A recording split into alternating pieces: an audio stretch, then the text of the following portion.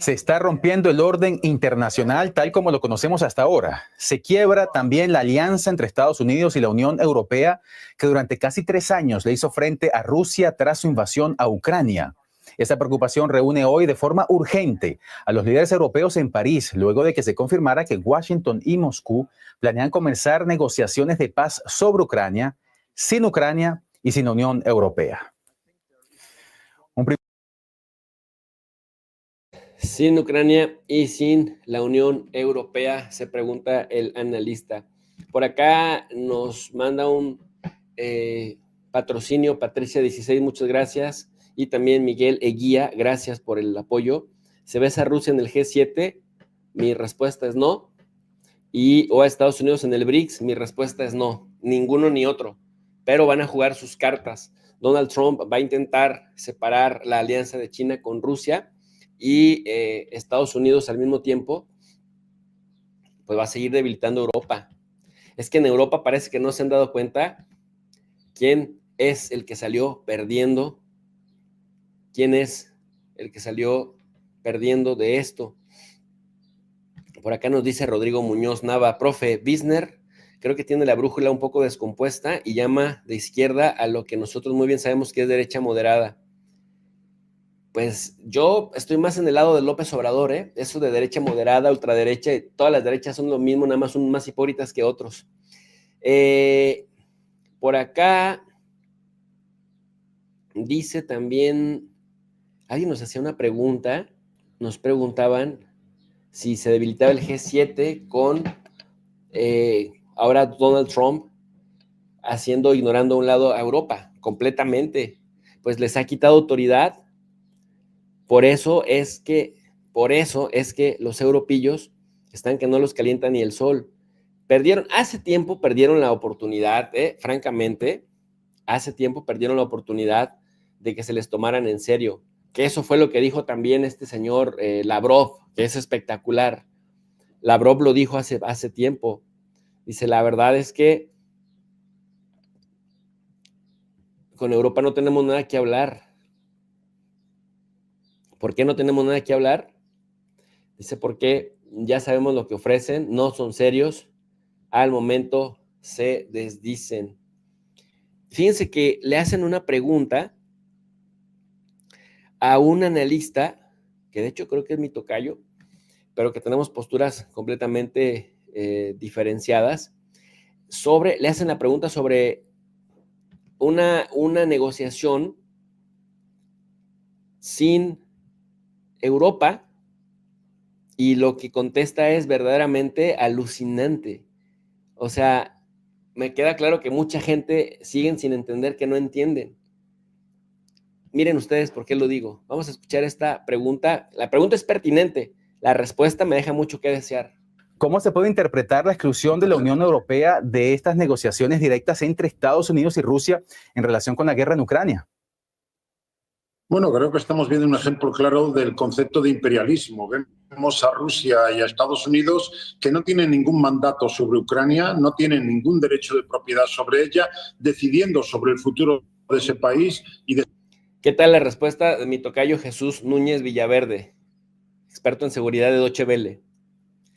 Dice, es que se están repartiendo el mundo desde una visión imperial, pero no tiene ningún mandato sobre Ucrania. Así de, hello, ¿qué es lo que ha hecho Europa históricamente? O sea, de verdad, estos que venir a decir, es que acusar a Europa y a Rusia de ser imperialistas y decir, es que no tiene ningún mandato legal sobre Ucrania. Entonces, bajo esa misma tesitura, Europa le impuso sanciones a Rusia, Europa le ha impuesto sanciones a Irán, Europa le ha impuesto sanciones cuando legalmente el único que puede imponer sanciones es el Consejo de Seguridad. Entonces, sí me parece por lo menos desorbitado. Despreciando efectivamente a la Unión Europea. Pero también hay que recordar que esto no empezó ahora con la administración de Donald Trump, sino que ya en el año 2014, con la anexión rusa de la península de Crimea, la Unión Europea tenía que haber despertado ya, entendiendo que lo que estaba en juego no era solamente la seguridad y la existencia, la integridad territorial de Ucrania, sino el orden de seguridad continental. Y sin embargo, hasta ahora no ha habido una respuesta, lo cual lleva como consecuencia el intento tanto de Putin como de Donald Trump de ningunear, de marginar a la Unión Europea de cualquier posible acuerdo sobre el futuro. En eso tiene razón. Trump y Putin se han ninguneado a la Unión Europea, pero hay razones para entender esa lógica. Por el lado de Putin, Europa faltó al respeto y faltó a su palabra, sobre todo Merkel y Macron, y después, y antes que Macron, François Hollande, cuando entre el 14 y el 20 no respetaron los acuerdos de Minsk, y después salieron a decir que estaban ganando tiempo, nada más era ganar tiempo, o sea, no es que estaban dispuestos a concederle nada a Rusia, pero ganaron tiempo para profesionalizar el ejército de Ucrania, es decir, lo estaban preparando para una guerra contra Rusia. Rusia no tiene razones para ver con seriedad como interlocutores serios a Europa, porque después decían una cosa, por ejemplo, Scholz, no vamos a mandar Challengers a Ucrania, y los mandaba. No vamos a mandarle mucha ayuda o armas porque no queremos cruzar líneas rojas, y las mandaba. Con el Nord Stream, ahora Scholz dice que Rusia les dejó sin gas, cuando en realidad el que sancionó a Rusia fue Alemania, y el que no aceptó gas por órdenes de Biden fue Alemania. ¿Qué incentivo tiene Rusia para creerle? Por el lado de Trump, ese sí, el orangután naranja tiene su plan bien definido. Quiere que Europa se encargue de financiar a Ucrania, que Ucrania, una vez restaurada, le pague a Estados Unidos por lo que invirtió en ellos, de una forma muy maquiavélica, porque los mandaron a matarse, los mandaron a morir, y ahora quiere todas las ganancias, pero que Europa se encargue de financiarles. A Europa le está exigiendo dos cosas muy graves: que financien a la OTAN, que aumenten su gasto militar a la de ya, y ahora les está diciendo, si no, yo voy a sacar a mi ejército. Y otra cosa que todavía es más grave, que le compren más y más y más hidrocarburos a Estados Unidos. Esa va a ser la tesitura. Así que, don Jesús, en eso tiene razón, pero ahí se metieron los europeos solitos. Futuro de Ucrania. Usted habla de imperialismo, señor Villaverde, y esto me hace pensar en algo que decía ayer, cuando cerraba la conferencia de seguridad de Múnich, el presidente de la cumbre, Christoph Heusgen, que expresó su preocupación porque los valores que hasta ahora compartían la Unión Europea y Estados Unidos ya no sean los mismos. Al final de su intervención, la emoción se hizo evidente y no pudo seguir hablando, algo que es inusual en estos escenarios y que en cierta forma ilustra el peso histórico y político que tienen esas posibles fisuras que actualmente estamos viendo entre Washington y los países europeos. Vamos a ver. Así es, el organizador de la conferencia de Múnich se soltó llorando, y cuando empezó a tirar lágrimas por todos lados ya no pudo continuar con el discurso porque le aplaudieron. Este señor representa la impotencia que sienten en este momento los líderes europeos, y él lo externó, pero todo lo hacen en privado. Pero imagínense, se metieron solitos a ese brete por llevar a cabo una política seguidista de Estados Unidos, y ahora que en Estados Unidos hay cambio de gobierno y llega uno que le quiere echar para atrás el legado al que se acaba de ir, que es Sleepy Biden, un legado de destrucción, por cierto, que nos puso al borde de la Tercera Guerra Mundial, pues ahora los europillos ya no saben cómo salir del atolladero. Pero sí lloró literalmente, o sea, no es que llorara nada más de sentido figurado, lloró literalmente, miren. Lo que dijo el señor Villaverde y luego lo conversamos. Nuestro orden internacional basado en normas está bajo presión. Creo firmemente que en un mundo cada vez más multipolar debe prevalecer un único conjunto de reglas y principios, los establecidos en la Carta de Naciones Unidas y la Declaración Universal de los Derechos Humanos. Este orden es fácil de desestabilizar, sencillo de desmoronar, pero enormemente difícil de reconstruir. Por ello debemos mantenernos fieles a estos valores. No se trata de reinventarlos, sino de reforzar su aplicación de manera coherente. Permítanme concluir, aunque no sea una tarea sencilla.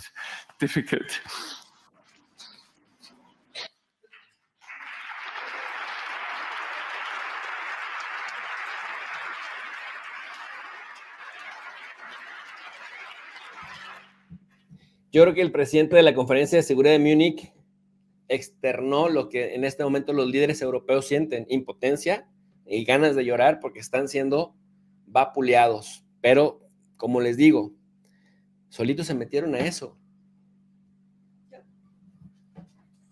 Bueno, déjenme les comparto rápido lo que quiere decir una invitada. Yo soy la invitada, que siempre estoy detrás de cámaras, pero lo que quería comentarles es que yo no entiendo por qué están ofendidos los europeos. Creo que están pensando que van a jugar de lacayos y que solo van a tener un rol de subordinados, pero la pregunta aquí es, oigan, alguien avíseles qué han estado haciendo los últimos 3 años, ¿no? Porque se están ofendiendo de un trato de lacayos, se están ofendiendo de un trato de subordinados, se están ofendiendo de un trato menospreciado, pero eso es lo que ya han estado haciendo históricamente en estos últimos años. O sea, lo único que tienen que hacer es jugar el rol que ya les ha correspondido, un rol que asumieron, un rol que ya estuvieron dispuestos a jugar, y para continuar con el término de este juego, que es entre Estados Unidos y Rusia. Entonces, ellos solamente se mueven como una ficha de peón, por eso lo de europeones. Son los peones que están en movimiento, pero finalmente los 2 reyes que se están enfrentando son Estados Unidos y Rusia. Pero si en algo sí tendrían que participar, yo creo que sí sería Alemania, porque tendrían que decirles cómo le van a hacer para pagar el daño que hicieron en el Nord Stream, porque eso ni modo que se queden con los brazos cruzados y no pase nada. Si todos los descubrimientos, las investigaciones apuntan hacia Estados Unidos y Alemania, pues entonces algo tendrán que hacer. Si quieren participar, va a tener que ser para revertir o para buscar las maneras de compensar lo que hicieron con el Nord Stream. O también puede ser, ¿para qué invitarían a los europeos? Pues para ver si van a seguir pagando en rublos o si van a pagar en euros, ¿no? Porque de todas maneras siguen consumiendo el óleo de Rusia, aunque se los impidieron, pero de todas maneras lo siguen pagando, el 50% lo siguen pagando. Entonces, tal vez deberían entrar a la discusión solamente para reafirmar su posición de peones. 2, para que digan cómo van a pagar los daños hechos al Nord Stream. Y 3, para ver si van a seguir pagando en rublos o lo van a hacer en euros. Bueno, pues ahí está el aporte a este análisis de mi bellísima productora. Ursula von der Leyen acaba de escribir: recién llegado a París para mantener conversaciones cruciales. La seguridad de Europa se encuentra en un punto de inflexión. Sí, se trata de Ucrania, pero también se trata de nosotros. Necesitamos una mentalidad de urgencia. Necesitamos un aumento de la defensa, ¿qué les dije? Y necesitamos ambas cosas ahora. Puras estupideces lo que dice esta señora. O sea, tienen una espada en el cuello y lo que sale a decir es que nos empujen la espada un poquito más, porque justamente eso de la mentalidad de urgencia, que es mentalidad de guerra, que es lo que decía Mark Rutte, y esto del aumento en defensa es cómo vas a gastar más en defensa si tu población está bailando las calmadas en términos económicos y China se está despegando enormemente. Y Rusia, ahora que está vinculada con China, está completamente caminando, ha descubierto que puede ser autónoma en términos económicos de Europa. La India está despegando, en América Latina está despegando, y ellos que se quedan completamente dependientes de todo, dicen, no, aumentemos más el gasto en defensa, pero parece ser que es una consigna. Miren lo que dice Deutsche Welle. Pues se cortó el señor Heusgen y no pudo seguir hablando. Señor Villaverde, ¿está realmente en peligro el orden internacional como para ponerse a llorar?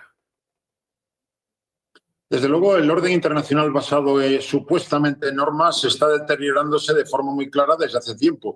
Y quizá el añadido que supone el regreso de Donald Trump a la Casa Blanca es su colapso directamente, porque entendemos que él no está intentando en ningún caso reforzar el multilateralismo, en ningún caso el Estado de Derecho ni la defensa de los derechos humanos, sino que está tratando de imponer la ley del más fuerte, considerando que Estados Unidos sigue siendo la principal potencia militar, económica, tecnológica y también energética del planeta. Por lo tanto, intentando imponer su dictado por encima de las reglas y de las normas que nos hemos dado entre todos. Y esto es quizá lo más preocupante, que ese colapso del orden internacional, que como alternativa nos lleva a la ley de la jungla, no lo están promoviendo fundamentalmente los llamados estados rebeldes, sino los que se presentan en sociedad como los máximos defensores del propio orden internacional, es decir, el propio Estados Unidos, en una línea de sintonía imperialista, decía antes, en donde encontramos también a Vladimir Putin, ahí está su invasión de Ucrania, y donde encontramos también a Xi Jinping en China en relación con... En definitiva, qué análisis tan soberbio y qué análisis tan carente de autocrítica y qué análisis tan miope de decir, es que todos los demás tienen la culpa menos nosotros. Bueno, el diario, uno de los diarios de mayor circulación en Ucrania, el Independiente de Kiev, dice que Zelensky afirma que Ucrania ha avanzado significativamente en las conversaciones sobre la presencia de tropas extranjeras. Zelensky describió el avance como un paso concreto más allá de las discusiones diplomáticas que indica un cambio hacia una cooperación internacional tangible en materia de seguridad. Es decir, Zelensky lo que dice es que si quiere, desea, necesita que en Europa de esta cumbre de París salga un acuerdo en el cual le den la noticia de que van a mandar tropas para darle garantías de seguridad, que me parece que eso está destinado a sabotear el tema de la paz. Gustavo de Aristegui, analista y diplomático, también le dijo algo a Bittner muy interesante. Miren, vamos a escuchar. Es analizar con seriedad, con rigor y con profundidad todo lo que dice, con lo que dicen los altos responsables estadounidenses. Tú lo has dicho. Primera cuestión que hay que decir. Hoy, de madrugada, a eso de la madrugada española, por la noche americana, subiéndose al Marine One, al helicóptero, Trump le preguntaron si los europeos iban a participar o no en las conversaciones de paz con Ucrania. Y dijo que sí. Y que Ucrania obviamente también. Lo volvió a decir antes, o lo reiteró varias veces, Marco Rubio, diciendo además una cosa extraordinariamente importante. Primero dijo, no puede haber unas conversaciones de paz sin que esté el agredido y no solo el agresor. Y obviamente los europeos que han sido determinantes en esta guerra, porque son los que han ayudado a resistir a Ucrania, tienen que estar, si no, estas conversaciones no tendrían credibilidad. Pero estarán cuando sean conversaciones de paz. Ahora mismo no son conversaciones de paz. Los encuentros que vamos a tener en Arabia Saudí, primero Lavrov y yo, y después el presidente Trump con Putin, son conversaciones previas para crear el marco necesario para las conversaciones de paz. Segunda cuestión, tú has mencionado al general Kellogg, al enviado especial para Rusia y para Ucrania. ¿Qué ha dicho el general Kellogg? Ha sido muy contundente con Rusia. Kellogg ha dicho, Rusia tendrá que hacer concesiones territoriales. Y si Rusia no acepta sentarse en la mesa de negociaciones con una mentalidad abierta y aceptando hacer sacrificios territoriales, lo dijo así, tendrá que someterse a las consecuencias, a tenerse las consecuencias, que pueden ser económicas e incluso presión militar, dijo Kellogg, que era brevemente fue asesor de seguridad nacional de Trump en su primer mandato y que es un teniente general de larguísima experiencia. Miren, de lo que dice este diplomático, me parecen interesantes dos cosas que hay que retomar. La primera sobre el mensaje que Kellogg le mandó a Europa a decirles, a ver, chiquillada, tranquilos, necesitamos antes de empezar a hablar directamente ya de la paz, necesitamos primero reconciliarnos con Rusia, generar el ambiente, generar las condiciones para poder dialogar. De lo contrario, ellos están desconfiados por el daño que les ocasionó la administración Biden y tienen razón en estar desconfiados. Ustedes allá en Europa siguen en la tesitura de mantener la política de agresión de Biden contra Rusia. Es lógico que los rusos se nieguen a todo y mientras se nieguen a todo, siguen avanzando en el campo de batalla. Entonces, verse, el reunirse y que primero vayan Marco Rubio y Lavrov, que tiene todo el oficio del mundo como diplomático Lavrov, tan es así que por eso Putin, ahora que se religió, lo volvió a pesar de que hizo muchos cambios en otros ministerios, a Lavrov lo mantuvo. Y Lavrov acaba de decir hace nada que no ve necesario hablar nada con Europa, que no tiene nada que hablar con Europa. Y eso te dice mucho, o sea, eso te dice que efectivamente acierta la administración Trump en primero encontrarse, hacer que se encuentren los encargados de las relaciones exteriores de Estados Unidos y que son los diplomáticos los que se supone que suavizan las cosas. Es un acierto que primero haya condiciones y después que se tenga que dar la siguiente fase de la plática. En eso me parece que tiene sentido, pero déjenme les platico por qué.